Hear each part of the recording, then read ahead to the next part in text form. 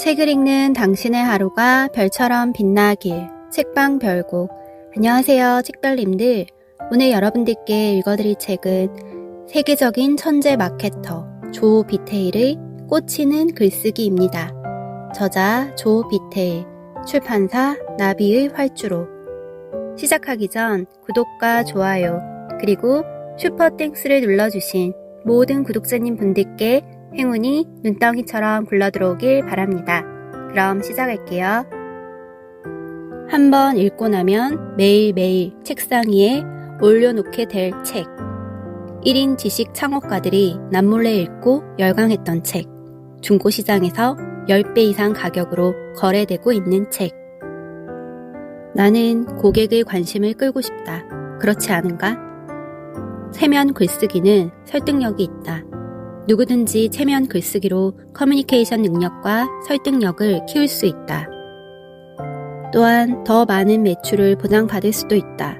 의사인 내 친구는 환자들이 자신의 조언을 따르지 않는다고 불평한다.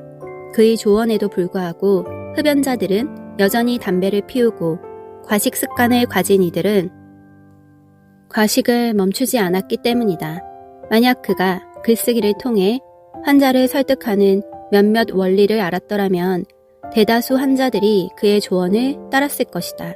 굳이 글이라는 매개체를 이용하지 않아도 체면 글쓰기 원리를 그대로 차용했다면 좀 더 나은 결과를 얻었을지도 모른다.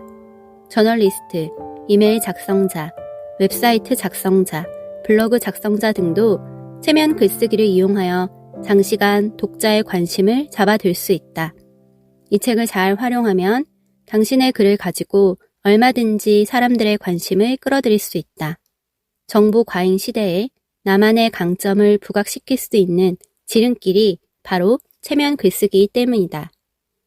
이 책에는 체면 글쓰기와 관련하여 다양한 사례들이 실려 있다. 어쩌면 독자들은 책을 읽는 내내 가벼운 체면 상태에 빠져드는 자신을 발견하게 될지도 모른다. 더 정확히 말하자면 체면 상태의 자신을 자각하지 못하게 되는 것이다. 당신은 이전에 의식하지 못했던 것, 즉 각성 트랜스 상태에 빠졌다가 깨어나게 될 것이다. 그러면서 이 책을 통해 체면 글쓰기에 숨겨진 메커니즘에 경각심을 갖게 되며 본인의 글쓰기에 이를 활용할 수 있게 될 것이다. 체면은 도덕적으로 나쁜 행위가 아니다. 치과의사, 일반의사, 심리학자들은 이미 체면을 활용하고 있다. 1950년대 이후로 미국 의학협회에서는 체면을 정식으로 승인했다. 아직도 체면을 나쁘게 생각한다면 그 자체로 일종의 체면 상태인 문화적 선입견에 사로잡혀 있는 것이다. 그렇다면 대체 체면이란 무엇일까? 체면에 대한 나의 정의는 누군가의 관심을 끄는 것이다. 흥미를 불러일으키는 재밌는 영화나 책이 전형적인 사례이다.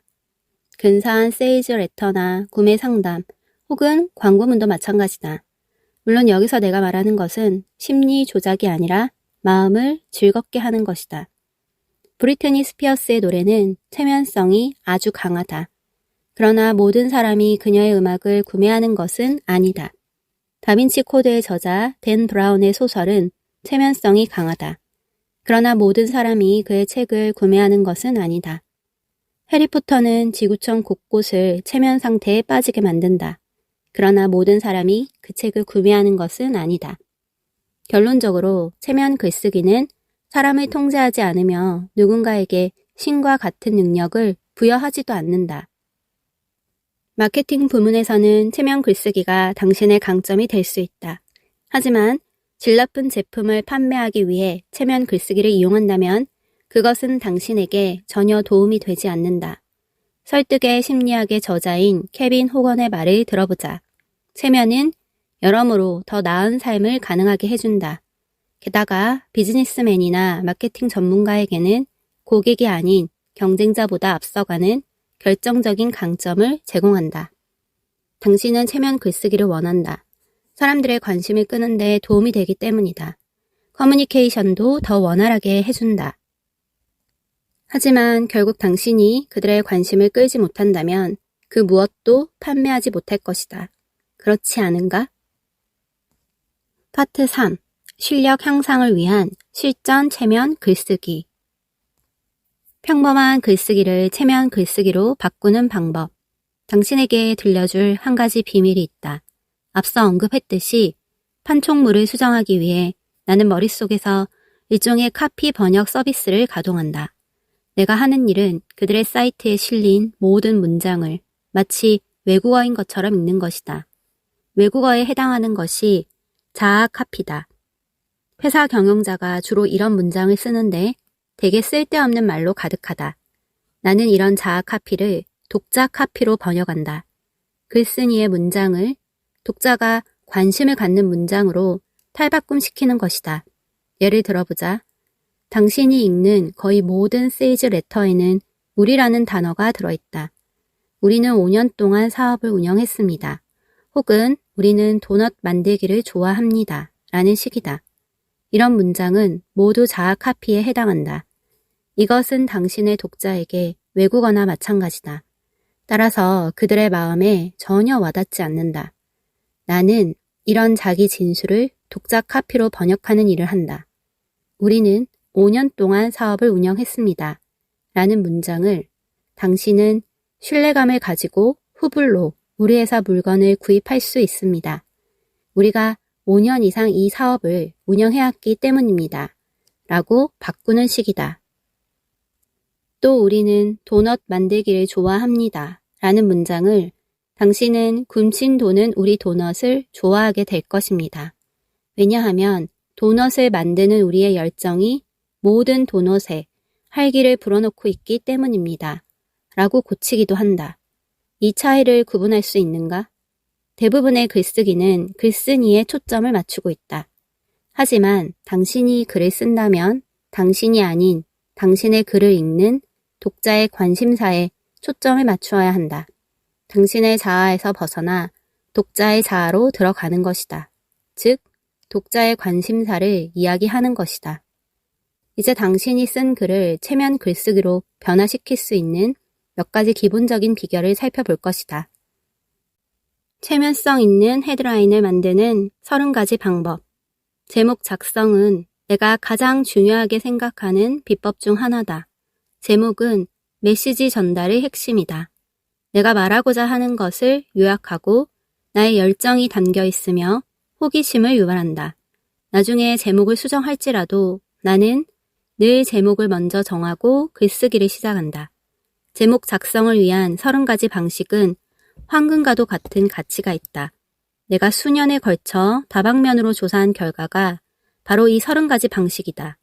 이 방식을 활용하면 당신도 쉽게 제목을 완성할 수 있다. 세일즈 레터나 웹사이트를 작성하려면 최소한 하나의 제목이 필요하다. 그리고 더 많은 소제목이 필요하다.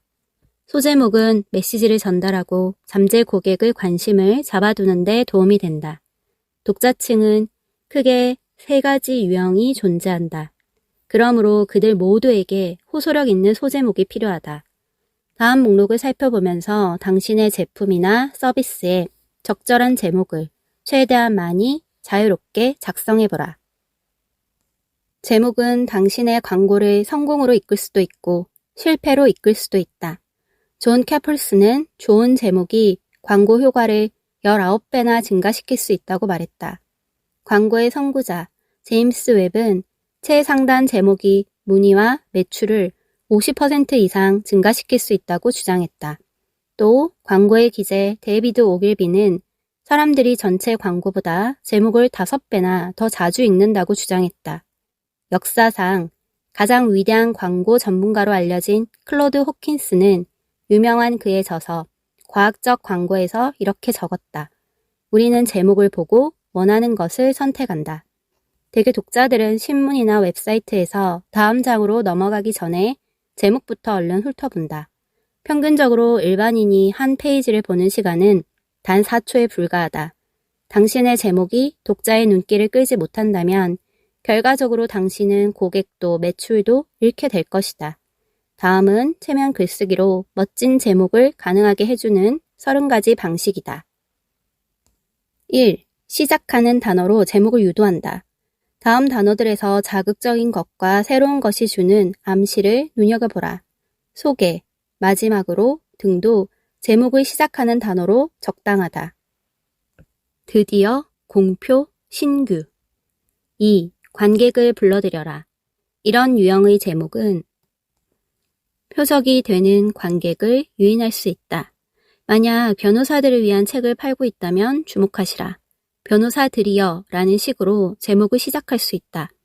이런 접근법을 사용하면 당신이 원하는 부류에 해당하는 고객들의 관심을 사로잡을 수 있다. 그리고 그들의 관심을 얻는 것이 체면 상태에 이르게 하는 첫 단계다. 배관공들이여, 주부들이여, 발이 아프십니까? 3. 혜택을 약속하라. 사람들이 제품을 구매하는 이유 중 하나가 바로 혜택이다. 디카페인 커피가 대표적이다. 여기서는 잠을 잘 들게 하는 것이 혜택이다.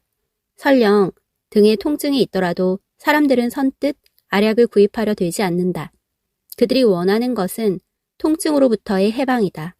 10분 만에 요통에서 벗어날 수 있습니다. 라는 제목은 치료가 가능함을 암시한다. 예방책이 아니라 고통 경감책을 팔아야 한다. 그들이 구입하려는 제품에 대해 말하려면 체면을 걸듯 그들의 관심을 끌어야 한다. 30분 만에 요통에서 벗어날 수 있습니다. 셔츠 한 벌만 구입하면 다른 한 벌은 공짜입니다. 이 새로운 비법만 알고 있으면 단 이틀 만에 일자리를 얻을 수 있습니다. 4. 뉴스거리를 만들어라. 사람들은 뉴스를 탐독한다. 당신의 제품이나 서비스를 뉴스거리로 만들어보라. 그러면 사람들이 관심을 보일 것이다. 신제품은 뉴스거리다. 새로운 용도를 가진 구제품 역시 뉴스거리다. 일례로 베이킹소다를 수십 년 동안 생산한 아멘 해머는 제품의 새로운 용도를 꾸준히 만들어내 뉴스거리로 만들었다. 다시 말하지만 무엇이든 새로운 것은 사람들의 관심을 끈다. 그리고 이것이 체면의 시작이다. 자동차 안전의 비약적인 발전, 모발을 다시 자라게 하는 새로운 조제법. 7가지 잃어버린 비밀이 발견되다. 5. 무료 제품을 제공하라. 당신이 무료로 나누어주는 물건은 당신의 잠재 고객에게 쓸모가 있어야 한다. 공짜임에도 불구하고 잠재 고객의 관심을 끌지 못한다면 그들은 당신에게 글을 쓰거나 전화를 걸지 않을 것이다. 그런데 이런 물건은 반드시 무료여야 한다. 그래야 당신은 법적으로 안전하다.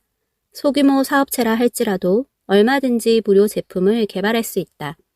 작가들에겐 무료입니다. 세금의 빈틈을 알려주는 무료 보고서, 자동차 수리에 관한 무료 책자. 6. 호기심을 불러일으키는 질문을 하라. 질문은 독자를 참여시키는 아주 효과적인 수단이다. 그러나 당신의 질문은 혜택을 암시하는 문답식이어야 한다. 만약 네 또는 아니오를 쉽게 결정할 수 있는 질문을 한다면 독자들은 그 질문 이외의 것을 생각하지 않을 공산이 크다. 그러나 당신의 질문이 호기심을 불러일으킨다면 독자의 관심을 끌어들일 수 있을 것이다. 이것은 체면을 유도하기 위해 내가 즐겨 사용하는 방법이기도 하다. 성공에 이르는 7가지 비밀이 무엇일까요? 당신은 영어로 이런 실수를 하고 있나요? 어떤 가스 필터가 당신의 차 성능을 높여줄까요? 7. 추천 글로 관심을 유도하라. 인용 부호는 사람들의 시선을 끈다.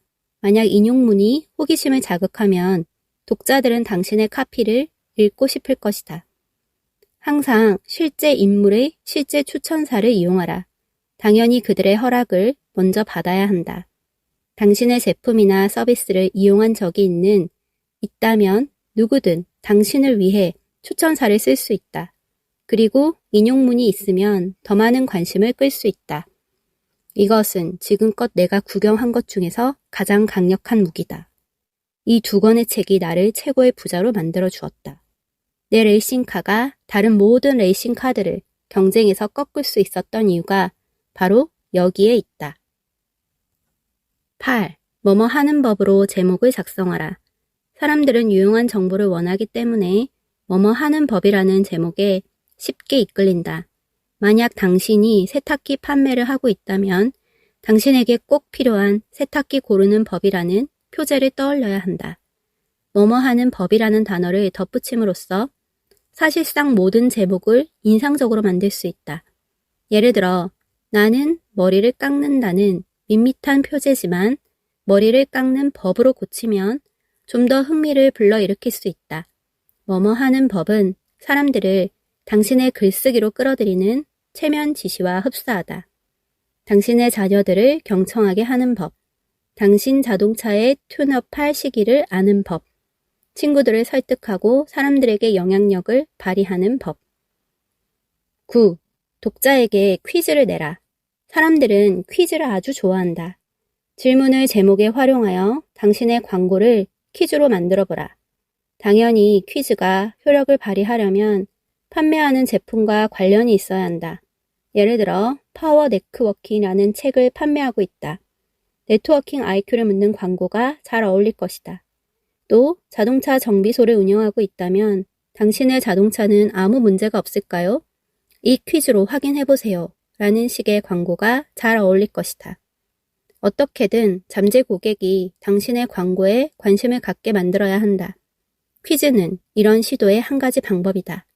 또한 잠재 고객의 이러한 참여는 체면을 시작하고 심화시키는 방법이기도 하다. 당신은 얼마나 똑똑한가요? 이 퀴즈로 확인해보세요. 당신의 네트워킹 IQ는 얼마일까요? 당신은 성공을 위한 자격이 있나요? 10. 제목에 이와 왜라는 단어를 사용하라. 이와 왜라는 단어를 제목으로 사용하면 독자의 흥미를 유발하여 광고나 세일즈 레터의 내용으로 관심을 유도할 수 있다. 그냥 우리 스키는 완벽합니다 라고 말했다면 관심을 보이는 사람은 거의 없을 것이다. 그러나 왜 이 스키가 완벽하다는 말을 듣는지 아시나요? 라고 말하면 사람들은 호기심을 보인다. 기존의 제목에 왜라는 단어를 집어넣어라. 글이 더 매력적으로 보일 것이다. 이곳에서 배관 부품을 구입하세요 라는 문장은 몸이 건조하지만 왜 사람들이 이곳에서 배관 부품을 구입하는지 아시나요? 라는 문장은 사람들의 흥미를 불러일으킨다. 11. 제목은 1인칭 시점으로 쓰라. 1인칭 제목이 호기심을 유발하면 언제나 효과를 발휘한다. 반면 2인칭 제목은 종종 효과를 발휘하지 못한다. 그 자체로 구매 행위를 하고 있다는 신호를 보내며 사람들을 방어적으로 만들기 때문이다. 그러나 1인칭 제목은 판매 메시지를 기분 좋게 전달할 수 있다. 적절한 사례를 들어보자. 나는 사람들에게 도움을 주고 싶었습니다. 내가 보험 대리점을 개설한 이유도 바로 여기에 있습니다. 그렇다고 2인칭 접근법을 무조건 무시해서는 안 된다. 결국 당신 자신이 아니라 그들의 관심사를 전달할 때 사람들이 체면 상태에 빠져들기 때문이다. 12. 제목에 제품 이름을 담아라. 사마귀를 치료하는 방법이라면 이것만으로도 괜찮은 표제다. 그런데 비탈리즘으로 사마귀를 치료하는 방법이라고 하면 한결 더 나은 표제가 된다. 아마도 모든 사람들이 동작을 멈추고 당신의 광고를 읽진 않을 것이다. 하지만 제목에 회사의 이름을 담아 메시지를 전달하면 제법 도움이 된다. 여기서 주의할 점은 회사 이름이 제목의 중심이 되어서는 안 된다는 것이다. 시선을 끄는 제목을 만들었다면 회사 이름을 은근슬쩍 그 안에 넣어야 한다. 이런 접근법이 독자의 마음에 최면의 씨앗을 심는다. 13. 모집이라는 단어를 사용하라. 모집은 호기심을 유발하는 단어다. 이 단어를 보면 왜 당신이 신경 과민인 사람을 원하는지, 왜 경영자를 원하는지 그 이유를 알고 싶은 충동이 생길 것이다. 물론 당신이 목표로 삼는 고객이 주 대상이어야 한다. 만약 변호사에게 무언가를 판매하고자 한다면 모집 변호사로 시작하는 제목이 적격이다. 모집은 사람의 관심을 끄는 체면성 있는 단어다. 14. 제목에 획기적이라는 단어를 사용하라. 획기적이란 것은 새로움을 의미한다. 당신의 제품이나 서비스가 기존의 다른 모든 시스템보다 우수함을 암시한다. 기록적이나 혁명적이라는 단어도 유사한 효과를 발휘할 수 있다. 15. 큰 글자와 작은 글자로 제목을 정하라. 큰 글자와 작은 글자로 작성된 제목은 눈에 잘 띈다. 그렇지 않은가? 잠재 고객이 당신의 광고나 세일즈 레터나 웹사이트를 읽는데 어려움을 겪는다면 체면 상태에서 깨어나 읽기를 중단할 것이다. 16. 가능한 한 많은 단어들을 사용하라. 제목은 길 수도 짧을 수도 있다. 잠재 고객의 호기심을 불러일으켜 당신의 광고를 읽도록 유도할 수만 있다면 길어도 상관없다. 물론 불필요한 단어들은 원하지 않을 것이다. 그렇다고 스스로 제한을 둘 필요는 없다. 17. 매물을 대서특필하라. 제목으로 효과를 얻으려면 당신이 판매하는 제품의 독특한 특징을 명확히 알려주어야 한다.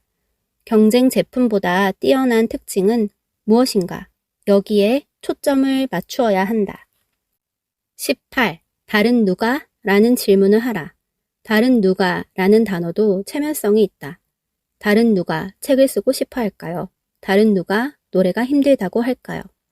19. 보증을 이용하라. 우리는 불신의 시대 속에서 살아가고 있다. 제품을 권유할 때에는 언제나 보증이 필요하다. 광고 제목에 보증이 언급되어 있으면 독자들의 시선을 끌 수 있다. 20. 약점을 인정하라. 완벽하지 않다는 사실을 고백할 때 오히려 신뢰를 얻을 수 있다. 수없이 많은 광고와 세일즈 레터들이 모든 질병의 특효약이라는 식으로 자기 제품의 우수성을 주장하고 있다. 그러나 이런 주장은 신뢰가 가지 않는다. 그런데 당신의 제품이 다소 미흡하다고 주장하면 사람들은 오히려 그 주장을 믿으려는 경향을 보인다. 잠재 고객을 체면 상태에 빠지게 하려면 먼저 그들이 당신에게 신뢰를 보여야 한다. 우리는 2등입니다. 그래서 우리는 더 열심히 노력하고 있습니다. 이 주방장은 샐러드를 제외하고 무엇이든 만들 수 있습니다. 여기까지 오디오북 잘 들으셨나요? 더 자세한 내용은 책을 구매해서 읽어보시기 바랍니다. 그럼 편안한 저녁 보내시고 다음 영상으로 만나요. 감사합니다.